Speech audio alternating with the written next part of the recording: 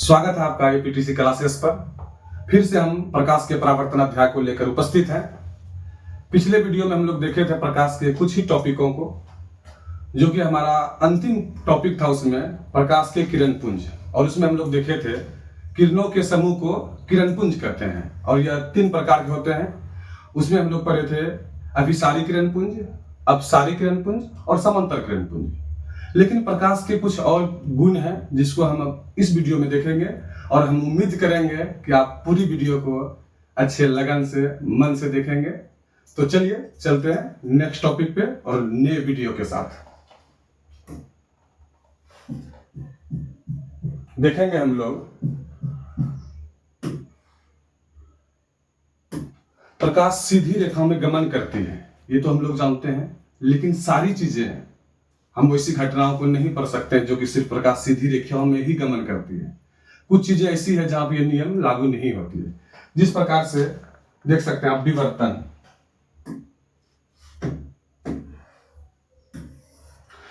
Diffraction, ये क्या होता है? यदि प्रकाश के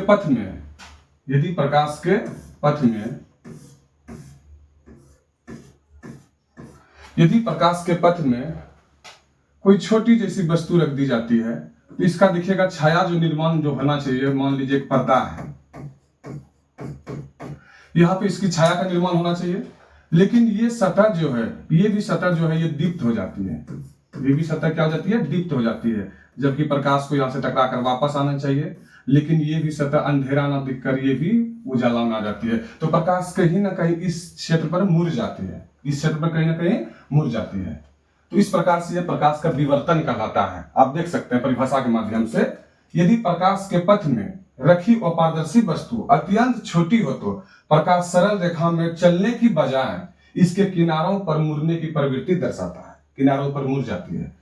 हालांकि ये सब चैप्टर जो टॉपिक जो है आपका, ये आप 11-12 में और अच्छे से डिटेल से पढ़ेंगे, लेकिन एग्जाम में कहीं ना कहीं ये क्वेश्चन ऑब्जेक्टिव में भी आ जाए, इस वजह से हम आपको बता रहे हैं। क्योंकि टीचर को कभी भी मोर देन सिलेबस पढ़ना चाहिए, सिलेबस से थोड़ा सा अब पढ़ना चाहिए। कभी कभी कुछ क्वेश्चन वैसे आ जाते हैं एग्जाम में, तो आप लोगों को घबराना नहीं है। इस क्वेश्चन को इस प्रकार से देखना कि इसका डिटेल आपको आगे मिलेगा, 11-12 में आप पढ़ेंगे। उसके बाद दूसरा टॉपिक देखिए, गुण जो है, ये भी प्रकाश सीधी रेखा में चलने की वजह से आप नहीं समझ सकते हैं, वो है ध्रुवन, पोलराइजेशन। तो इसमें देखिए क्या होता है, साधारण प्रकाश को किसी युक्ति से गुजारने पर यदि निर्गत प्रकाश के कंपन केवल एक दिशा में सीमित रह जाए तो इस घटना को ध्रुवन कहते हैं। इस घटना को क्या कहते हैं? ध्रुवन। इसमें देखिए क्या चीजें होती है, यही चीज हमारे दैनिक जीवन में देखने के लिए मिलती है। जब हम लोगों का घरों का खिड़की का जो कांच वगैरह सब रहता है, वो देखिएगा कभी कभी उसमें डिजाइन बने होते हैं, इस प्रकार से आगे तिरछे लकीरें होती है, किसी में इस प्रकार से लकीरें होते हैं, और उसी प्रकार से कभी कभी सीधा लकीर होता है। इससे क्या होता है, प्रकाश सभी खिड़की के माध्यम से बाहर की रोशनी अंदर नहीं आ पाती है और अंदर की सारी रोशनी जो है बाहर नहीं जाती है, क्योंकि जिस एंगल से ये बना हुआ लकीरें उसी की तरह की प्रकाश से जब इसमें प्रवेश करेगी तो वही सिर्फ बाहर निकल पाएगी। तो ये जो कहलाती है घटना, ये कहलाती है ध्रुवन। जैसे लिखा हुआ भी है, ऐसे कांच जिनमें से बाहर दिखाई दे जबकि बाहर से अंदर रखी वस्तु दिखाई ना दे। जैसे आप धूप वाले चश्मा भी देखे होंगे, आपको बाहर से बहुत चमकीला दिखेगा, लेकिन वो अंदर से सारी वस्तुओं को अच्छे प्रकार से देख पाते हैं, जबकि हम लोगों को सारी चीजें उसकी आंख कैसी है नहीं है उतना दिखाई नहीं दे पाती है। और उसके बाद देखिए नेक्स्ट जो है हम लोगों का टॉपिक, वो है फिर व्यतिकरण। ये भी आप 11-12 में अच्छे से पढ़ेंगे। इसमें क्या है, जब 2 अनुप्रस्थ तरंगें किसी एक बिंदु पर मिलती है तो एक नई तरंग का निर्माण होता है। आप लोग अभी तरंग के विषय में भी नहीं जान रहे होंगे कि तरंग किसे कहते हैं। जैसे मान लीजिए एक तालाब है और शांत है, यदि उसमें आप एक ढेला फेंक देते हैं या एक गेंद फेंक देते हैं तो देखिएगा उस जगह वो पूरा वृत्ताकार पथ में ऐसे लहरें आगे बढ़ने लगती है। तो वो जो कंपन होने लगा और वो लहरें जो बनने लगी, उसी को हम एक प्रकार से तरंग के रूप में समझ सकते हैं। तो वही कहा जा रहा है, जब 2 अनुप्रस्थ तरंगें किसी एक बिंदु पर मिलती हैं तो एक नई तरंग का निर्माण होता है। मान लीजिए एक तालाब है और यहाँ पे आप कोई छोटा जैसा गेंद फेंकें और यहाँ पे कोई ईंट फेंक दिया बड़ा जैसा, तो ये देखिए यहाँ भी लहर का निर्माण होगा, ये छोटी छोटी लहरें धीरे धीरे आगे बढ़ने लगेगी और ये थोड़ा बड़ा मात्रा में लहर करेगा, तैयार करेगा। और ये दोनों कहीं ना कहीं आगे कंपन, एक जैसा लहर ये पानी के कणों को कंपित करेगा, ये अपने हिसाब से, और ये कंपन अपने हिसाब से करेगा। तो वही कहा गया है, जब दो अनुप्रस्थ तरंगे किसी एक बिंदु पर मिलती है तो एक नई तरंग का निर्माण होता है। इस जगह एक नई तरंग का निर्माण होगा और इस नई तरंग की तीव्रता आवर्त रूप से घटती है और बढ़ती है, घटती भी और बढ़ती है। प्रकाश की तीव्रता के आवर्त रूप में घटने और बढ़ने की इस घटना को व्यतिकरण कहते हैं। इसी घटना को क्या कहते हैं? व्यतिकरण। तो ये देखिए इस तरह से क्या होती है, जैसे आप देखे होंगे, इसी वजह से कभी कभी लाइटें क्या होती है, अंधकार या उजाले में तब्दील होती है। आप कबूतर के गर्दन को देखे होंगे, उसका बहुत चमकीला गर्दन दिखता है, वो किसके वजह से? प्रकाश के व्यतिकरण की वजह से ही दिखता है। और आप देखे होंगे कई कई चीजें जो होती है प्रकाश की, जो कि आपको सामने से लगेगा कभी तेज रोशनी कर रहा है, कभी कम रोशनी कर रही है, तो ये कहीं ना कहीं व्यतिकरण का ही असर होता है। उसके बाद नेक्स्ट टॉपिक अब हम लोग देखते हैं प्रकाश के गमन के सिद्धांत। प्रकाश किस रेखा में गमन करती है, इसके पीछे कई विद्वानों का बहुत सारा खोज है और बहुत सारा मतभेद भी रहा और फाइनली जाके हम लोगों को पता चला है। तो देखते हैं किस किस वैज्ञानिकों ने क्या क्या योगदान दिया है। तो सबसे पहले है न्यूटन का कणिका सिद्धांत। न्यूटन का कहना था कि प्रकाश कण उत्सर्जित करते हैं और कणों के ही माध्यम से वह आगे बढ़ते हैं। तो वही लिखा हुआ है, प्रकाश कणों के रूप में किसी माध्यम में क्या करता है? गमन करता है। प्रकाश जब कण के माध्यम में आगे बढ़ेगा तो धीरे धीरे उसका द्रव्यमान क्या होगा? कम हो जाएगा और एक समय ऐसा आएगा कि प्रकाश क्या हो जाएगी? विलुप्त हो जाएगी, जो कि ऐसा नहीं होता है। तो इस महीने में सही व्याख्या न्यूटन साहब ने नहीं कर पाया। उसके बाद फिर देखिए क्या है, हाइगन का तरंग सिद्धांत। तो प्रकाश किसी माध्यम में तरंग के रूप में चलता है, ये हाइगन साहब का कहना था, जो कि आपको इसका सिद्धांत जो है 11th-12th में साइंस में बहुत अच्छे से पढ़ने के लिए मिलेगा। तो देखिए उसके बाद है फिर मैक्स प्लैंक का सिद्धांत। इसने कहा कि प्रकाश जो है ऊर्जा के छोटे छोटे बंडलों में चलता है। प्रकाश जो है एनर्जी के छोटे छोटे बंडलों के रूप में चलता है, जिसे फोटोन कहते हैं। ठीक है, और यही फोटोन जो है प्रकाश ऊर्जा के एक प्रकार से क्या है? मुद्रा है, करेंसी है। इसी के माध्यम से प्रकाश क्या होती है? आगे बढ़ पाती है, संचारित हो पाती है। तो ये सब देखेंगे हम लोग आगे। और उसके बाद देखिए फिर प्रकाश की प्रकृति के विषय में फिर कहा, सबसे वैज्ञानिक का जो सिद्ध व सबसे जो अभी तक लागू है वो है डी ब्रोगली की दोहरी प्रकृति। उसमें बताया गया कि प्रकाश कण और तरंग दोनों के रूप में चलते हैं, कण के साथ तरंग और तरंग के साथ कण। तो इस प्रकार से फिर निष्कर्ष से ही निकला कि प्रकाश जो है अनुप्रस्थ विद्युत चुंबकीय तरंग है। प्रकाश जो है विद्युत चुंबकीय तरंग है और विद्युत चुंबकीय तरंगे जो है अनुप्रस्थ तरंगे होती है। और अनुप्रस्थ तरंगों, और ये देखिए किस प्रकार से तरंगे गमन करती है। तो इसका ये वाला जो भाग होता है इसे कहते हैं सुरंग, और नीचे वाला जो भाग होता है इसे कहते हैं गर्त, जो कि इसका डिटेल आप लोग अगले अध्याय में पढ़ेंगे। आपके अध्याय में थोड़ा सा ये टॉपिक था तो मैंने सोचा थोड़ा क्लियर कर देते हैं। देखते हैं अब अगले टॉपिक को। अब याद रखने योग्य कुछ बातें हैं, जैसे प्रकाश अनुप्रस्थ विद्युत चुंबकीय तरंग है, ये आपको याद रखनी चाहिए। प्रकाश अनुप्रस्थ विद्युत चुंबकीय तरंग है। और उसके बाद है इसे चलने के लिए किसी माध्यम की आवश्यकता नहीं होती है, ये निर्वात में भी गमन कर सकती है। और उसके बाद है निर्वात में प्रकाश की चाल सबसे अधिक होती है, 3 गुना 10⁸ मीटर प्रति सेकेंड। ये आपको बहुत सारे एग्जाम में ऑब्जेक्टिव में पूछे जाते हैं। आप इस चीजों को याद कर लेंगे कि निर्वात में प्रकाश की चाल जो होती है 3 गुना 10⁸ मीटर प्रति सेकेंड होती है।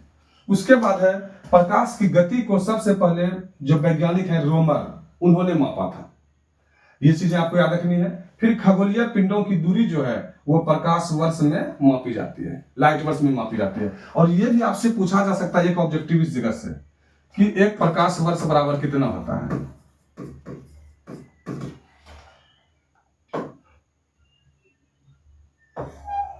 तो हम लोग देखेंगे एक प्रकाश वर्ष बराबर होता है 9.46 गुना 10⁻12 किलोमीटर। ठीक है, और ये चीज कैसे प्राप्त होती है? ठीक है। खगोलीय दूरी जो ज्ञात करनी होती है वो प्रकाश वर्ष में, प्रकाश वर्ष लिखना था, ठीक है। एक प्रकाश वर्ष बराबर होता है 9.46 गुना 10 पे पावर 12 किलोमीटर। देखिए इसमें क्या होता है कि निर्वात में प्रकाश की चाल, निर्वात में प्रकाश की चाल और उसके साथ गुना कर देंगे एक वर्ष में सेकेंडों की संख्या। एक वर्ष में सेकेंड, एक वर्ष में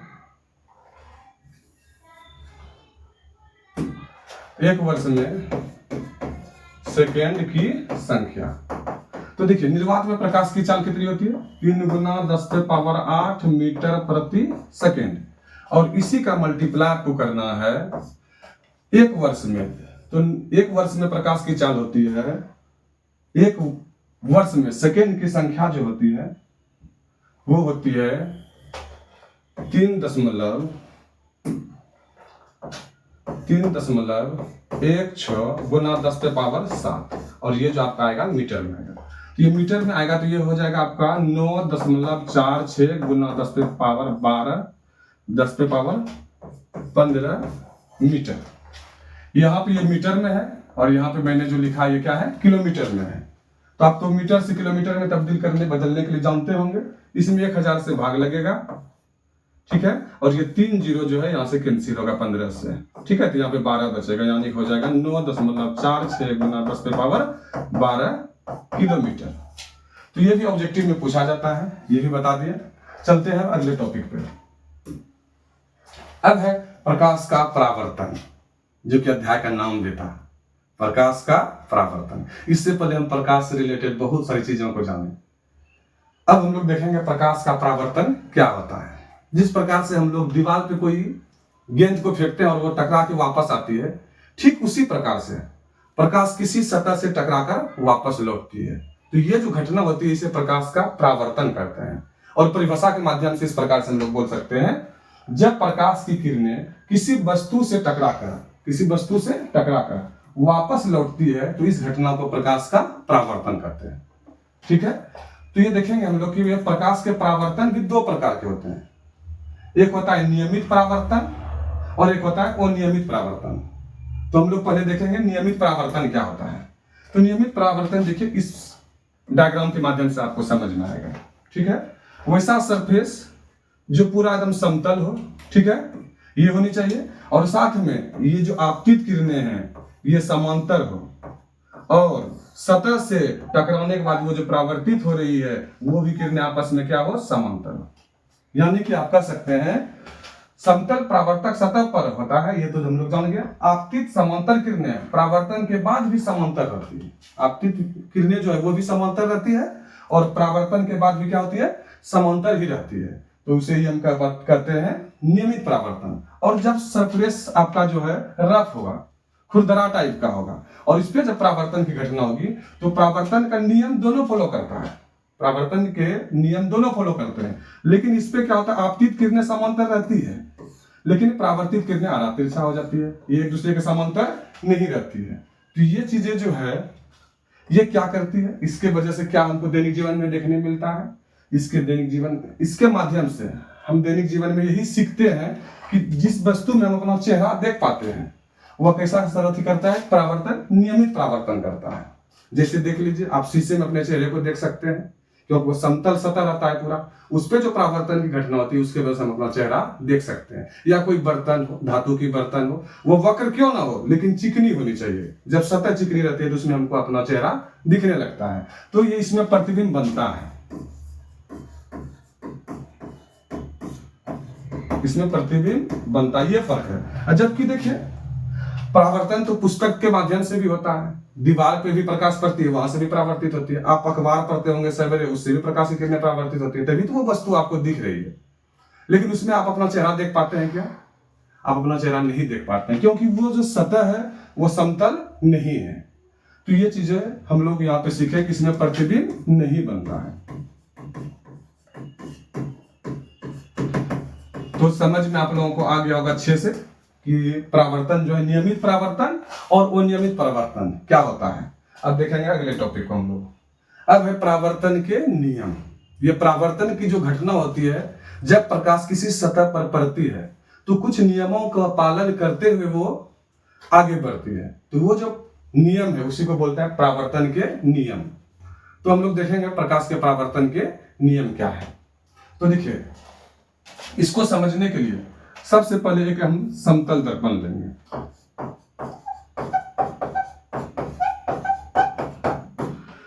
और ये समतल दर्पण पूरी तरह से परावर्तन का काम करे। यदि ये इंसिडेंट रे यानी आपतित किरण इस पे आकर पड़ेगी, तो यदि ये पॉलिश किया हुआ नहीं रहेगा, इस पे परावर्तक सतह बैठाया हुआ नहीं रहेगा, तो इस माध्यम से आएगी और इस माध्यम से निकल जाएगी। तो इसको परावर्तित करे, अच्छा परावर्तक बनाने के लिए इस पे एक परत चढ़ाई जाती है, और वो जो परत होती है वो होती है सिल्वर नाइट्रेट की, AgNO3। यह है सिल्वर नाइट्रेट।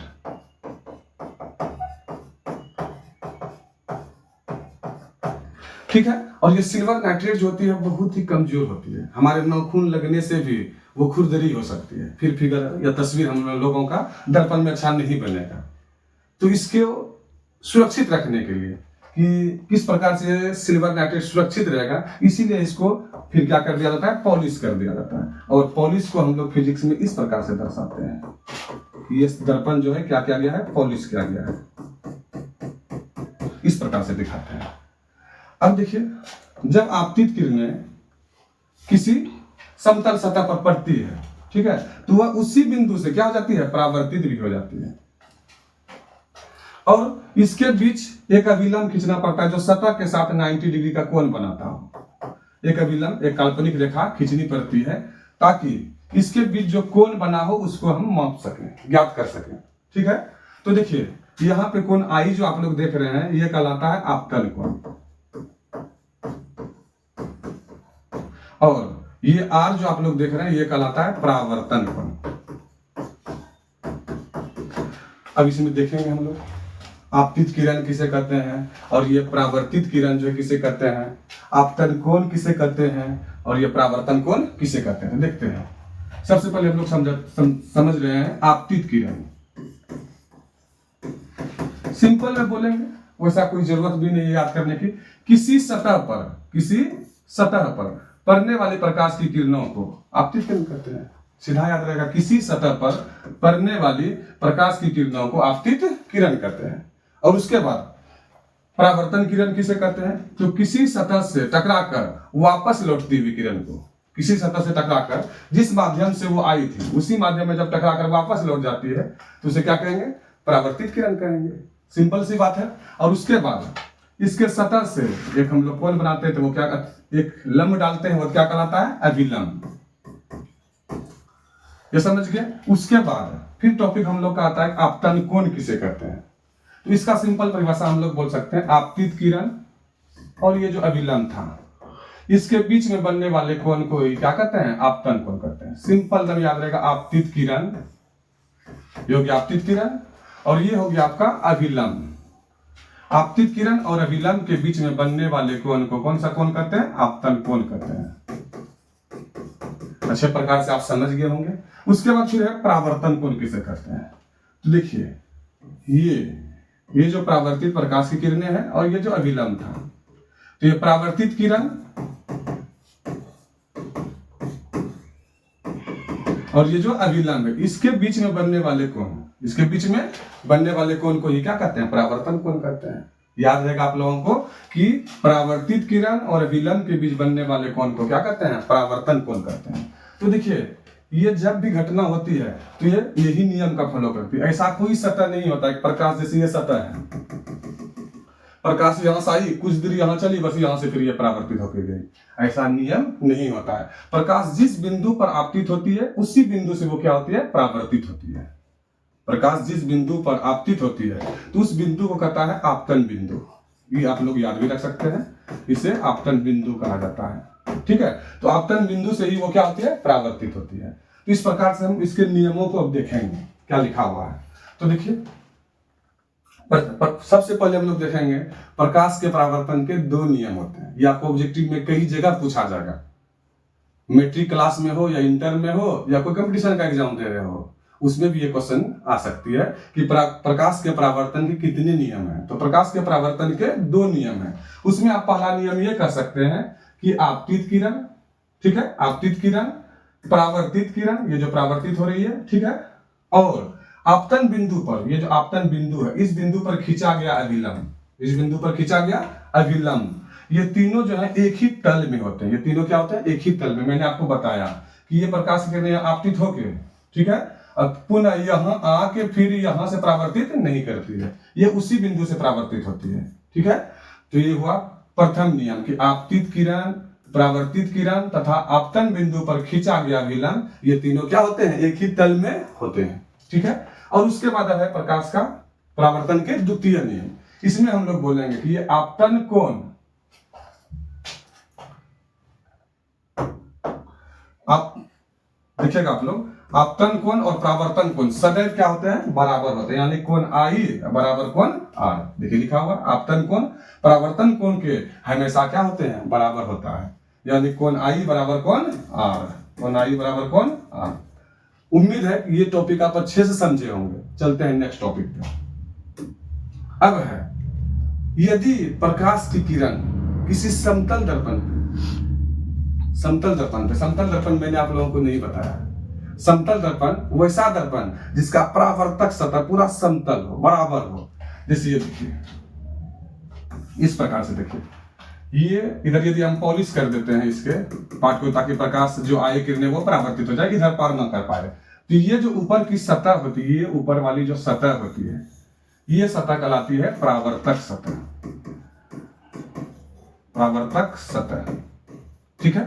तो इसमें हम बोलेंगे कि समतल दर्पण किसे कहते हैं? तो वह दर्पण जिसका परावर्तक सतह समतल हो, परावर्तक सतह कैसा हो? समतल हो, उसे क्या बोलेंगे? समतल दर्पण बोलेंगे।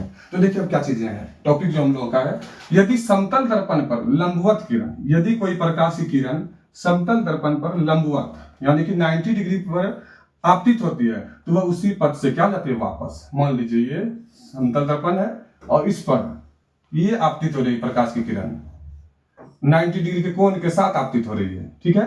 तो ये देखिए, अब इसी 90 डिग्री कोण बनाते हुए आई है, तो भैया परावर्तित भी इसी मार्ग से हो जाएगी, परावर्तित भी है इसी मार्ग से हो जाएगी, और अभिलंब तो 90 डिग्री कोण बनाते हुए आई ही है, तो अभिलंब भी इसी बिंदु पे है। तो यह प्रकाश का परावर्तन कोण और अपवर्तन कोण, परावर्तन कोण और अपवर्तन कोण जो है कि कुछ नहीं बनेगा, ये दोनों का मान जो होगा वो 0 होगा, यानी आपतन कोण भी 0 होगा और परावर्तन कोण जो होगा वो भी क्या होगा? 0 होगा। वही लिखे हैं, इस स्थिति में आपतन कोण 0 होता है, और आपतन कोण यदि 0 होगा, चूंकि परावर्तन कोण तो आपतन कोण के ही क्या होता है? बराबर होता है, इसलिए परावर्तन कोण भी क्या हो जाएगा?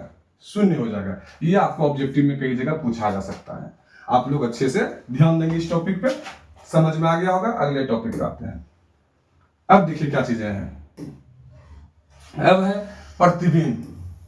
हम लोग जो अपना चेहरा मिरर में देखते हैं, दर्पण में देखते हैं, समतल दर्पण में, आप अपने घर में तैयार व्यार होकर पढ़ने के लिए जो आते हैं, उसमें जो हम लोग अपना चेहरा देखते हैं, तो उसमें देखिए प्रतिबिंब बनता है हमारा, है कि नहीं?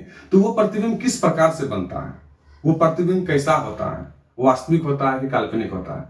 तो देखिए, जब वस्तु से प्रकाश पड़कर दर्पण पर परावर्तित होती है और दर्पण से टकराकर जब वो प्रकाश की किरणें एक जगह मिलती है, इस वजह से हमारा प्रतिबिंब बन पाता है, ठीक है। तो देखिए परिभाषा के माध्यम से देखेंगे प्रतिबिंब क्या है। जब वस्तु से आने वाली प्रकाश की किरणें दर्पण से परावर्तन के बाद, दर्पण से जब वस्तु से आने वाली प्रकाश की किरणें दर्पण से परावर्तन के बाद जिस बिंदु पर वास्तव में मिलती है या मिलती हुई प्रतीत होती है, उसे उस वस्तु का क्या कहते हैं? प्रतिबिंब कहते हैं। उसे उस वस्तु का प्रतिबिंब कहते हैं। फिर से सुनिए आप, जब वस्तु से आने वाली प्रकाश की किरणें दर्पण से परावर्तन के बाद जिस बिंदु पर मिलती है या मिलती हुई प्रतीत होती है, उसे उस वस्तु का क्या कहते हैं? प्रतिबिंब कहते हैं। और प्रतिबिंब भी जो होते हैं, वो प्रतिबिंब मुख्य रूप से 2 प्रकार के ही होते हैं। प्रतिबिंब 2 प्रकार के होते हैं, एक है वास्तविक प्रतिबिंब और एक काल्पनिक या आभासी भी आप बोल सकते हैं, काल्पनिक या आभासी। तो चलिए दोनों प्रकारों को हम देखते हैं अच्छे से। देखिए वास्तविक प्रतिबिंब किसे कहते हैं और आभासी या काल्पनिक प्रतिबिंब किसे कहते हैं। तो देखिए, जब वस्तु से आने वाली प्रकाश की किरणें जब वस्तु से आने वाली प्रकाश की किरणें दर्पण से परावर्तन के बाद किसी बिंदु पर वास्तव में मिलती है, वो वास्तव में क्या होती है, मिलती है, ठीक है, तो उसे वास्तविक प्रतिबिंब कहते हैं। जबकि आभासी प्रतिबिंब में देखिए क्या होता है, जब वस्तु से आने वाली प्रकाश की किरणें दर्पण से परावर्तन के बाद किसी बिंदु पर वास्तव में नहीं मिलती है बल्कि मिलती हुई प्रतीत होती है, मिलती हुई क्या होती है, प्रतीत होती है, उसे ही क्या कहते हैं, आभासी या काल्पनिक प्रतिबिंब कहते हैं। तो ये समझ में आप लोगों को आ गया होगा। इसमें किरण जो होती है वास्तव में मिलती है और इसमें वास्तव में मिलती नहीं है, बस मिलती हुई क्या होती है, प्रतीत होती है। तो चलिए नेक्स्ट टॉपिक देखेंगे, इस दोनों में अंतर क्या होता है। तो देखिए अब है वास्तविक प्रतिबिंब और काल्पनिक प्रतिबिंब, जिसको आभासी प्रतिबिंब बोलते हैं, दोनों में क्या अंतर है। तो देखिए एक तरफ लिखना है आपको वास्तविक प्रतिबिंब और एक तरफ लिखना है आभासी प्रतिबिंब या काल्पनिक प्रतिबिंब। तो हम लोग देखेंगे, पहला जो दिया हुआ है, किरणों के वास्तविक कटान से, किरणें इसमें वास्तव में मिलती है, उससे बनता है वास्तविक प्रतिबिंब, और किरणों को पीछे बढ़ाने पर, किरणों को पीछे बढ़ाने पर इसमें प्रतिबिंब बनती है। इसमें एक्चुअली में किरण या प्रकाश की किरण जो एक जगह मिलती नहीं है, किरणों को बढ़ाने से वो प्रतीत होती है कि वहीं से आ रही है। तो इस प्रकार से इसका निर्माण होता है आभासी प्रतिबिंब का। और देखिए वास्तविक प्रतिबिंब हमेशा क्या होता है, उल्टा बनता है। वास्तविक प्रतिबिंब हमेशा उल्टा। हम लोग भी जो किसी वस्तु को देखते हैं, हमारे आंखों में भी एक पर्दा लगा हुआ है जिसको हम लोग रेटिना बोलते हैं, दृष्टि पटल। उस पे किसी वस्तु का प्रतिबिंब जो बनता है वो उल्टा ही बनता है, लेकिन हमारे मस्तिष्क को वो क्षमता होती है उस प्रतिबिंब को सीधा करके देखने का, तो हम लोग फिर सीधा रूप में उसको देखते हैं। लेकिन रेटिना पर भी प्रतिबिंब जो बनती है वो वास्तविक बनती है और उल्टा ही बनती है। उसके बाद फिर देखिए, और ये काल्पनिक आभासी प्रतिबिंब में देखिए क्या, यह हमेशा सीधा बनती है, यह हमेशा सीधा बनती है। हमेशा के लिए ऑब्जेक्टिव में ये आपको पूछा जाएगा कि वास्तविक प्रतिबिंब हमेशा उल्टा होता है और आभासी प्रतिबिंब हमेशा क्या होता है, सीधा होता है। और उसके बाद देखिए वास्तविक प्रतिबिंब को पर्दे पर उतारा जा सकता है।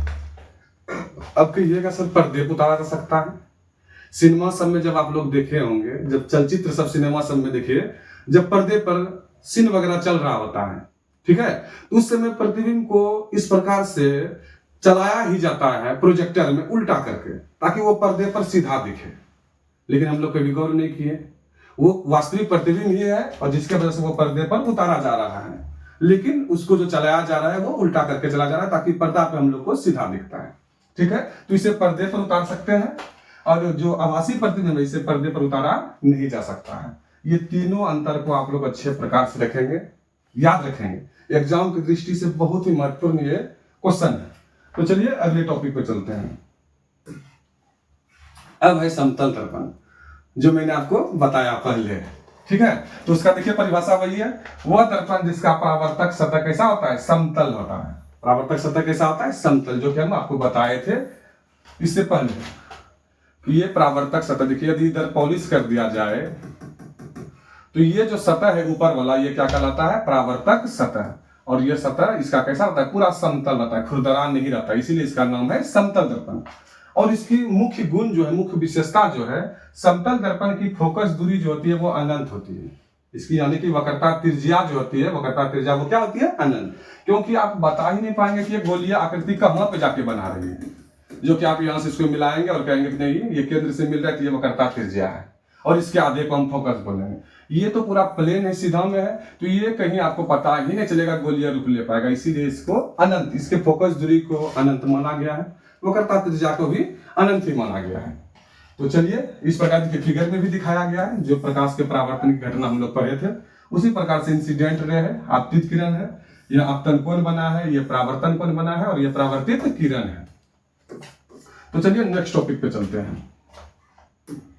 अगला टॉपिक है हम लोग का प्रतिबिंब की विशेषताएं, समतल दर्पण में बने प्रतिबिंब की विशेषताएं। ये प्रतिबिंब की जो विशेषताएं हैं समतल दर्पण में बने, समतल दर्पण में बने प्रतिबिंब की विशेषताएं देखना है लोगों को। तो देखिए इसमें क्या है, समतल दर्पण, प्रतिबिंब हमेशा दर्पण के पीछे बनता है। समतल दर्पण में प्रतिबिंब हमेशा दर्पण के पीछे बनता है। कैसे सर, ये क्वेश्चन आ सकता है। तो देखिए किस प्रकार से बनता है। मान लीजिए ये एक समतल दर्पण है, ये इसका अक्ष है, इस पर आप कोई वस्तु रखे हैं, ठीक है। अब देखिए, ये वस्तु से प्रकाश की किरण, इस वस्तु से प्रकाश की किरण दर्पण पर क्या होती है, आपतित होती है, और उसी माध्यम से फिर वो क्या हो जाती है, परावर्तित भी हो जाती है, क्योंकि इधर तो पॉलिश क्या हुआ है, इधर तो प्रकाश की किरणें जा नहीं सकती है इधर, ठीक है, ठीक है। तो इधर क्या क्या हुआ है, पॉलिश क्या हुआ, इसी वजह से ये फिर इसी मार्ग से क्या हो जाती है, परावर्तित हो जाती है। उसी प्रकार से जब प्रकाश की किरणें फिर यहाँ से इसके मुख्य अक्ष के पास यहाँ पे यदि मिलाया जाता है तो ये उतना ही कोण बनाते हुए यदि आपतित की कराई जाती है ध्रुव के पास, एक प्रकार से जब दर्पण में हम लोग पढ़ेंगे अवतल दर्पण उत्तल दर्पण में यहाँ ध्रुव होती है, तो देखिए ये इसी मार्ग से फिर इस उतना ही कोण बनाते हुए क्या हो जाती है, परावर्तित हो जाती है। तो जब इसको हम पीछे की ओर बढ़ाएंगे, ये एक्चुअली में कहीं नहीं मिला, ये इधर चली गई और ये इधर जा, कभी इसका मिलन नहीं हो पाएगा। जब तक दो किरणों का मिलन नहीं होगा तो प्रतिबिंब बन ही नहीं सकता है। तो इसके लिए क्या करना पड़ता है, तो इसके लिए देखिए इसको पीछे की ओर बढ़ाया जाता है, पीछे की ओर बढ़ाया जाता है, और इस किरणों को भी पीछे की ओर, तब जाके इसका प्रतिबिंब फिर इधर जितनी दूरी पर ये दर्पण के आगे रखा है उतनी ही पीछे इसका प्रतिबिंब फिर यहाँ पे बनता है, और बराबर साइज का समान आकार का बनता है, ठीक है, और सीधा बनता है। और ये किरणों को मिलाने से बन रही है, किरणों को बढ़ाने से बन रही है, इसीलिए जो बनता है वो काल्पनिक प्रतिबिंब बनता है। देखिए प्रतिबिंब हमेशा दर्पण के पीछे बनता है, और प्रतिबिंब का आकार वस्तु के आकार की क्या होता है, बराबर। देख रहे हैं आप, यहाँ पे जितनी बड़ी वस्तु है उतना ही बड़ा इसका क्या है, प्रतिबिंब भी है।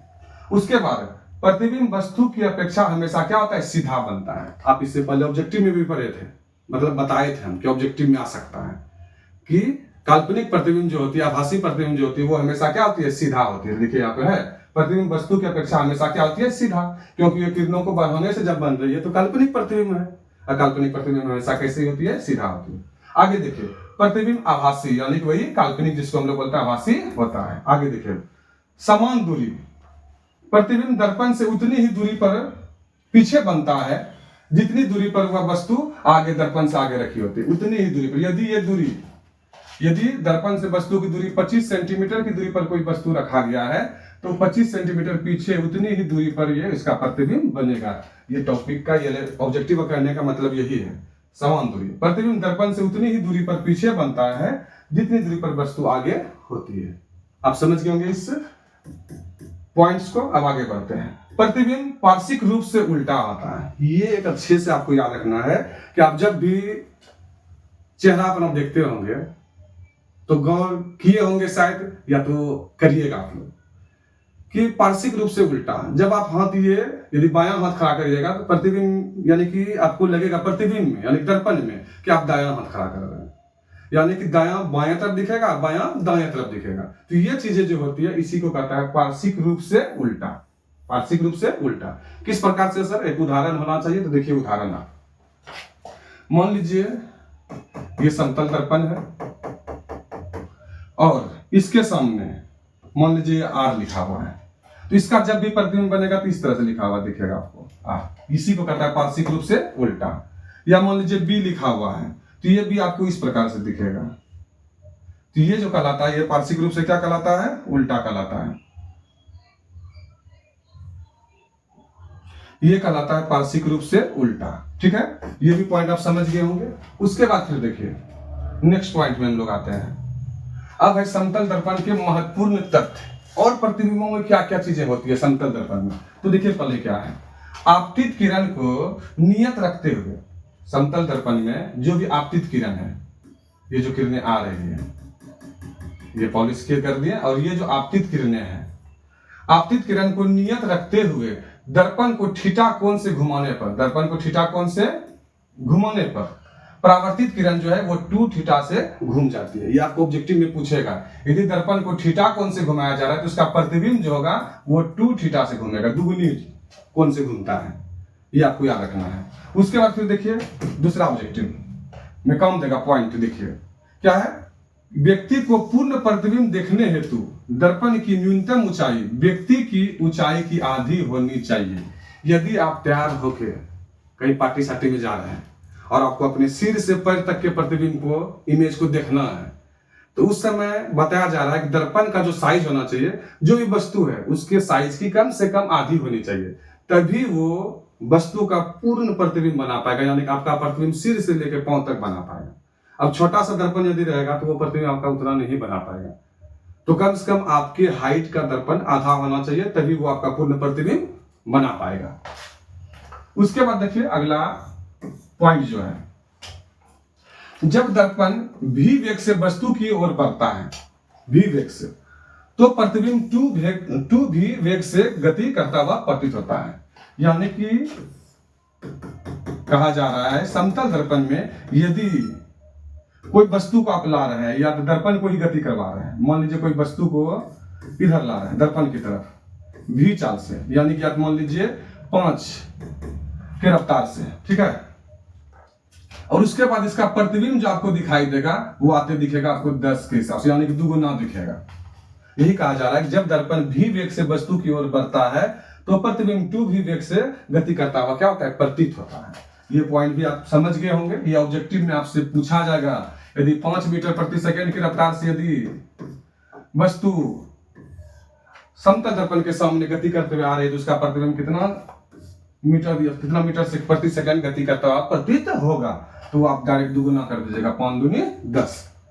तो चलिए नेक्स्ट और जो पॉइंट है उसको देखते हैं। अब है प्रतिबिंबों की संख्या की गणना। याद कीजिए जब आप सैलून में गए होंगे, जब आप बाल कटवाने के लिए गए होंगे, दाढ़ी बनवाने के लिए गए होंगे, तो उस समय आप देखे होंगे कि आपका प्रतिबिंब लगातार कई अनंत तक दिख रहा है, जहां तक आपको है कि 10-15 प्रतिबिंब दिखने लगता है। तो उसमें आप गौर किए होंगे कि जो आपके सामने दर्पण लगा हुआ है, जस्ट आपके पीछे भी दर्पण लगा हुआ रहता है। जब दो समतल दर्पण समांतर रहे तो उसके बीच प्रतिबिंबों की संख्या क्या होती है, अनंत होती है, अनंत प्रतिबिंब बनते हैं। तो उसी पे आधारित है जब दो दर्पणों को कितने कितने थीटा पे रखा जाए, कोण पे रखा जाए, उसका कितना प्रतिबिंब बनेगा। तो ये चीज आपके लिए महत्वपूर्ण है, आप लोग देखिए गौर से। तो देखिए यदि दो दर्पण को थीटा कोण पर झुके हो, यदि दो दर्पण थीटा कोण पर झुके हो तो कुल प्रतिबिंब जो है कितना बनेगा। तो उसके लिए देखिए क्या सूत्र है, 360 बटे थीटा। आपको करना है 360 बटे थीटा। थीटा मतलब जितना कोण आपको दिया रहेगा, क्वेश्चन जब आप बनाने लगेगा यहाँ पे थीटा का मान रखना है, ठीक है। तो यदि ये कटाने से थीटा का मान जो भी दिया रहेगा, यदि वो सम आता है, ठीक है, सम संख्या आती है, मान लीजिए सम संख्या तो आप समझ ही रहे हैं, 2 हो गया, 4 हो गया, 6 हो गया, 50 हो गया, 52 हो गया, ठीक है। यदि सम संख्या आती है तो उसमें से 1 माइनस करके आपको उत्तर देना है, वो हुआ आपकी प्रतिबिंबों की संख्या, n का मान, ठीक है। और यदि देखिए 360 बटे थीटा जो है, यदि आप कोण जो भी दिया हो आपको सवाल में, आगे प्रश्न आपको वैसे मिलेंगे, थीटा का मान जो भी दिया हो, यदि आप 360 को कटाते हैं, भाग देते हैं, डिवाइड करते हैं, तो यदि विषम संख्या आती है, ठीक है, और उसमें कहा गया है कि यदि दो दर्पण जो है, और ये दो दर्पण जो है, और ये जो इसका कोण समद्विभाजक जो होता है, इसके बीचों, ये कोण समद्विभाजक जो होता है, इसके बीचों बीच यदि वस्तु रखी हो, ठीक है, उसके बीचों बीच यदि वस्तु रखी हो, सममित हो, इसी को बोलते हैं हम लोग सममित कोण समद्विभाजक को, तो उसमें आपको फिर से वही जो कोण दिया है उसमें 360 से आपको क्या करना है, भाग देना है, और उसमें माइनस क्या करना है, 1 कर देना है, और वो क्या होगा, प्रतिबिंबों की संख्या, ठीक है। और लेकिन जब वस्तु इसके कोण समद्विभाजक के बीच में नहीं रखी हो, या इधर रखा हो नजदीक में, या यहाँ रखा हो, दोनों दर्पणों के लिए अलग अलग दूरी हो, ठीक है, यहाँ पे ना रख के, मान लीजिए सिर्फ बीच में नहीं हो, समद्विभाजक में नहीं हो, यहाँ रखी हो, ठीक है। तो देखिए यहाँ पे यदि वस्तु रखी हो, ठीक है, तो ये क्या हो गया, असममित। तो इसमें क्या होता है, 360 में सिर्फ थीटा से भाग लगाना है आपको, जो आपका आया भाग देके वही हो जाएगी प्रतिबिंबों की संख्या, ठीक है। तो इस प्रकार के प्रश्न आपको आगे मिलेंगे, आप ध्यान दीजिएगा, ये सूत्रों को आप लोग नोट डाउन करते चलिएगा। देखते हैं नेक्स्ट टॉपिक को। अब हम लोगों का टॉपिक है समतल दर्पण के उपयोग। समतल दर्पण जिसमें हम लोग चेहरा देखते हैं, तो उसका उपयोग कहां कहां होता है।